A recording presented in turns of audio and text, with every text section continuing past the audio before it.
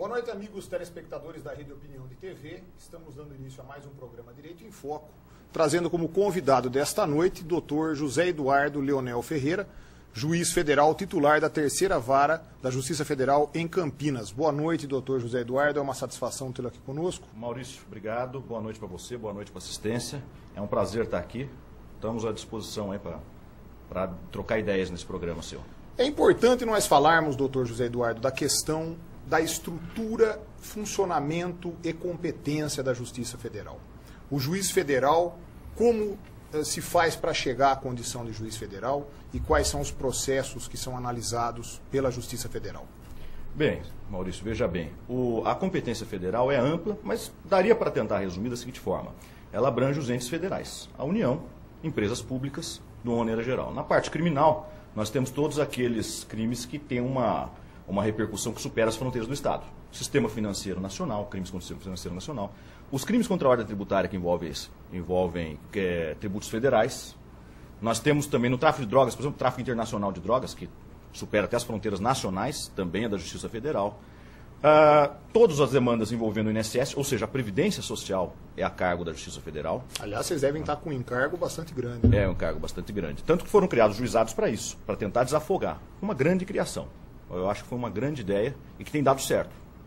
Agora, a Justiça Federal, ela é relativamente nova em matéria de estrutura, ou estou enganado?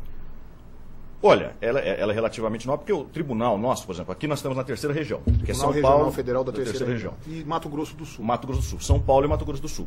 O tribunal foi criado em 89, então nós vamos fazer 21 anos agora. Teve até a festa de 20 anos aí o ano passado. 20 anos em termos históricos é um período curto.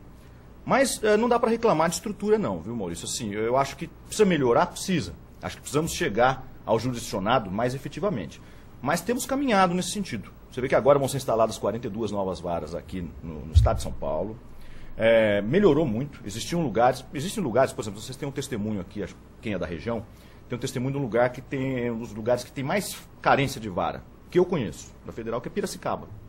Hoje nós temos 3. Temos 3 e vai vir uma nova vara. Vai vir uma nova vara. Mas outros lugares não estão tão sobrecarregados como Piracicaba. Ou seja, embora com alguns desequilíbrios pontuais... por exemplo, eu ia falar da lacuna. Nós temos Campinas com 5 varas em Campinas. Nós temos Piracicaba com 3 varas.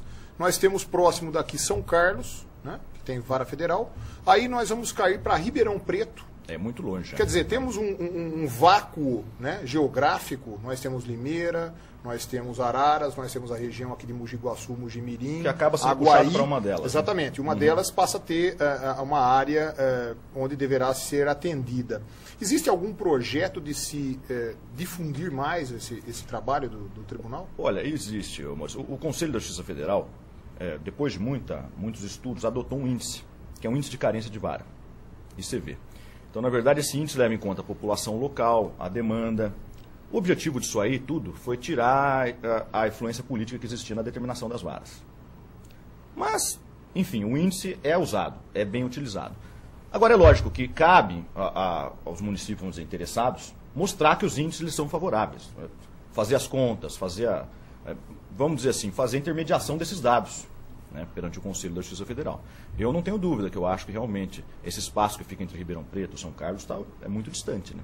Muito distante. Nós temos vários municípios aí que são puxados por uma sede, por exemplo, em Ribeirão Preto, e você tem um jurisdicionado que precisa, se quiser ajuizar uma ação no Juizado Federal de Ribeirão Preto, por exemplo, e ele tem essa opção, ele pode ajuizar ou na cidade dele, ou no juizado. Mas vamos dizer que ele queira o rito célere do juizado de Ribeirão. Não, eu quero lá.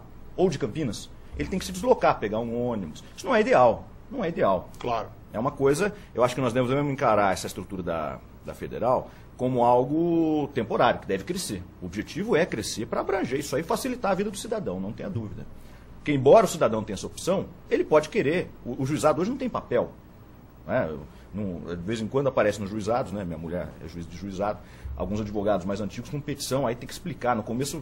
É tudo digitalizado. Digitalizava. O sistema EDOC, né? Exatamente. Agora eu te pergunto, o senhor disse que há um projeto aí para instalação de cerca de 40 varas federais no TRF da terceira região. Isso significa dizer que teremos 40 novos juízes federais? Isso, na verdade já existe falta de juízes, né? Existem aproximadamente umas 100 vagas. Você pode acrescentar mais 40 aí. Né? Na verdade, existem, então, vamos chutar, 150 vagas vão existir. Tá. E nós temos, historicamente, uma carência de juízes federais. Nunca o quadro esteve completo. Nunca. Estamos sempre em falta.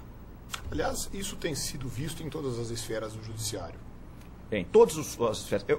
Mas eu vou um pouco mais longe. Na federal, a carência costuma ser um pouco pior. Por quê?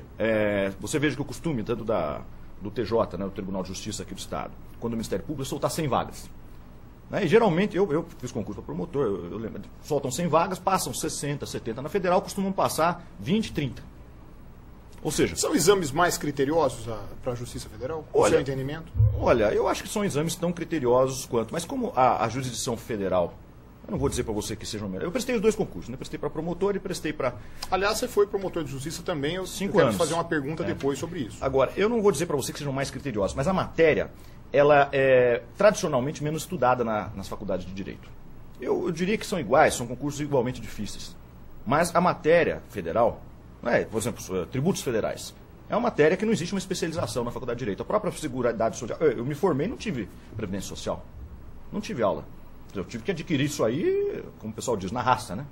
Então, você veja, a própria competência federal, ela me espanta o... Você me faz lembrar, em 1987, eu tive aula de Direito Constitucional na PUC Campinas, quando eu fazia minha graduação em Direito, e no ano seguinte nós tivemos a Constituição Nova, perdi o curso. Perdeu tudo, né? Eu tive que aprender sozinho. Tem que aprender então, acontece. Vai na raça, às vezes acontece. Então, eu queria prestar concurso, eu senti isso na pele. Porque eu estava na jurisdição estadual, essas matérias de direito penal, processo civil, lógico que você tem uma... a prática te dá alguma coisa. Mas, por exemplo, Seguridade Social, direito tributário é pouco ensinado. E hoje, como titular da terceira vara em Campinas, terceira vara da Justiça Federal em Campinas, todos esses temas são levados ao magistrado federal? São, a vara lá é cumulativa, né?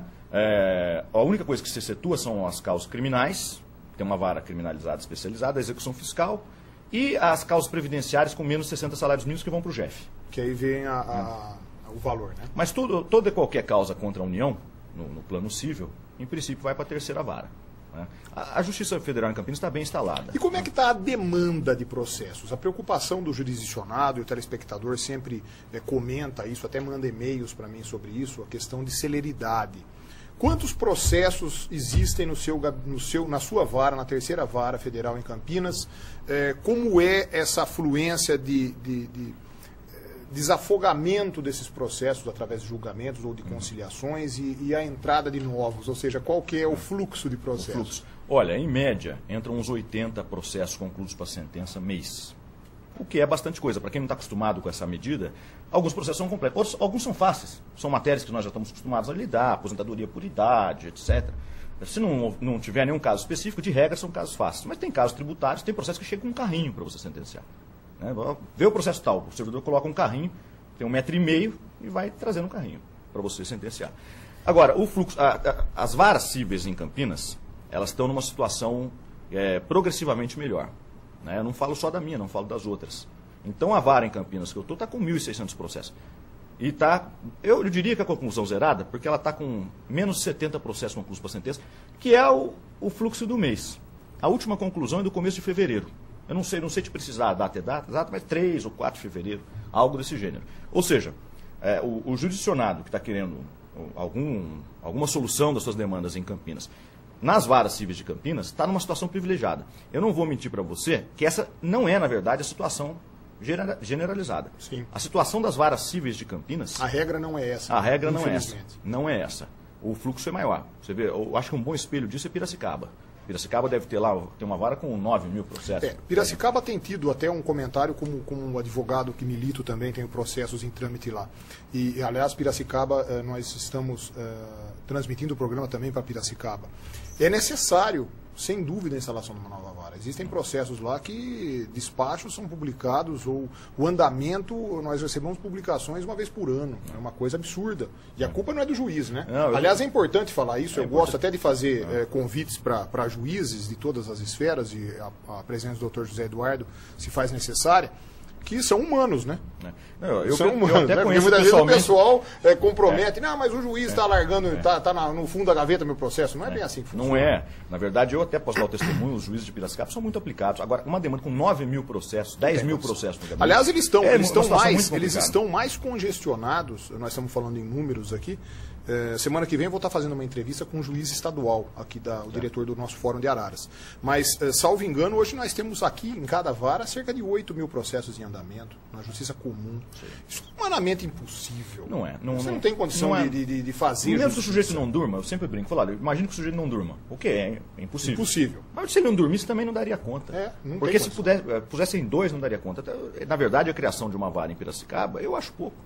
Deveriam ser criado umas 2, mas enfim. Não, além da criação de uma para desafogar as outras, também vai ser necessário um reestudo de uma criação, até em Araras, nós já cogitamos isso dentro da própria subseção da OAB, para nós pleitearmos um juizado que fosse para a cidade de Araras, porque nós desafogaríamos a nossa cidade de Americana, onde é o nosso juízo especial, né, juízo federal, e também ganharíamos aí status para amanhã ou depois termos uma vara em Araras. Não tenha dúvida, começaria assim. Haveria uma redivisão né, das áreas. Eu diria até que esse projeto, eu não sabia disso, mas fico feliz de saber, é um projeto... Eu já cogitei isso com o nosso presidente no ano passado. Nós precisamos, e Araras efetivamente, ainda nós estamos nessa falta de amparo político e precisamos de uma força política em Brasília para que haja efetivamente uma possibilidade de instalação disso aqui em Araras. Mas eu acho que seria muito bom para toda a nossa região, para os advogados, para os jurisdicionados em especial. Não tenha dúvida. E o primeiro passo seria o juizado. Sim. Aí você começa a ganhar status. Fluir bem. Fluir bem, um bom juizado instalado, bem adequado. Claro. Você ganha status para depois vir em varas. Agora eu te pergunto, o acesso, nós falávamos a questão do critério, o acesso à condição de juiz federal. São concursos públicos de provas e títulos. Como é que é essa frequência? Quantas vezes por ano? De 2 em 2 anos temos? O senhor já bem disse que as vagas não são sempre preenchidas. A que se deve esse não preenchimento? Qual que é a sua opinião sobre esse tema? Bem, Maurício, na verdade o que acontece? O concurso é composto de 4 fases. Né? Foi bom você tocar no assunto, que é um concurso de provas e títulos. Mas a pessoa mais desavisada, que não conhece, os títulos apenas servem para critérios de desempates a posterior, são pontos que se dão. E poucos. Na verdade, o que conta mesmo são as provas. Basicamente, na federal, resumindo bem o assunto, você precisa tirar 6 nas 4 provas. Você não está concorrendo com aquele estudante de direito que está do seu lado. Ou aquele advogado, ou aquele outro profissional que já é procurador. Você não está concorrendo com ele. Porque sobram vagas. Se você tirar 6 nas 4 provas, você é juiz federal. É isso. Só que, dado o ensino jurídico, nós temos uma problemática aí da formação de gente capaz de passar no concurso da magistratura. Esse que é o problema. A maioria, não, você vê, 5 mil, 6 mil inscritos, passam 30. Sobram 70 vagas. Por isso que eu falei para você, estão sobrando vagas aí. Além dessas 40 que vão criar 42, nós temos já um déficit de 100. Vácuo. Um vácuo porque não é preenchido, porque os concursos... Veja, existe um outro problema. Nós não podemos também cair o nível dos concursos. O concurso tem que ter um nível realmente... Mas o que se cai, agora vamos fazer uma crítica ao mundo acadêmico, o que se cai é o nível de formação. É o nível de formação. A expansão, o aumento do número de escolas, né? De graduação em Direito, a queda de qualidade. O aumento desmesurado, né? Que ocorreu, somente na década de 90. Mas você veja, nesse concurso, o importante é você tirar uma nota pré-estabelecida, que é um 6. Não existe uma concorrência. Você não tá uma fórmula secreta ou de uma fórmula secreta. Não, é estudar e passar. Agora, o nível de formação, realmente, nós temos esse problema da formação do estudante de direito hoje é deficitária. É por isso. Muito bem. Doutor José Eduardo, nós vamos fazer um breve intervalo. A gente volta daqui a pouco para o segundo bloco do programa Direito em Foco. Até já. Oferecimento Cosefer Seguros. 60 anos de seguro com você.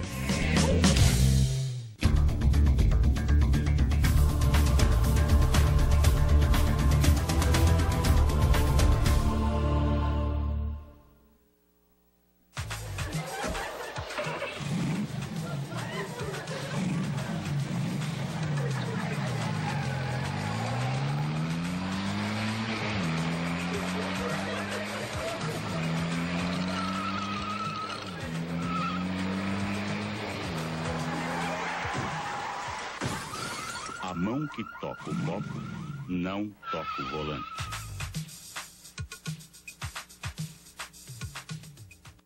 Você gosta de música? Então o seu lugar é aqui, no Território Musical. O seu programa de videoclipe nas noites de segunda a sexta-feira da Rede Opinião. Agora em novo horário, às 9 horas da noite. Videoclipes nacionais e internacionais, sucessos de hoje e do passado. E é claro, a sua participação, as notícias do mundo da música e do entretenimento, além de muitos prêmios. Então não perca, assista Território Musical, o seu programa de videoclipe de segunda a sexta-feira, às 9 horas da noite, aqui na Rede Opinião. Sabe por que a indústria do cigarro está em boates, festas, faz o cigarro aparecer nas telas de cinema e até nas novelas? E por que ela faz embalagens bacanas, cria sabores diferentes e vitrines bonitas? Porque a indústria do cigarro quer transformar você, que ainda é jovem, em um fumante. É que toda vez que um cliente morre, ela precisa de um novo. Nada pessoal. É negócio. Fique esperto. Começar a fumar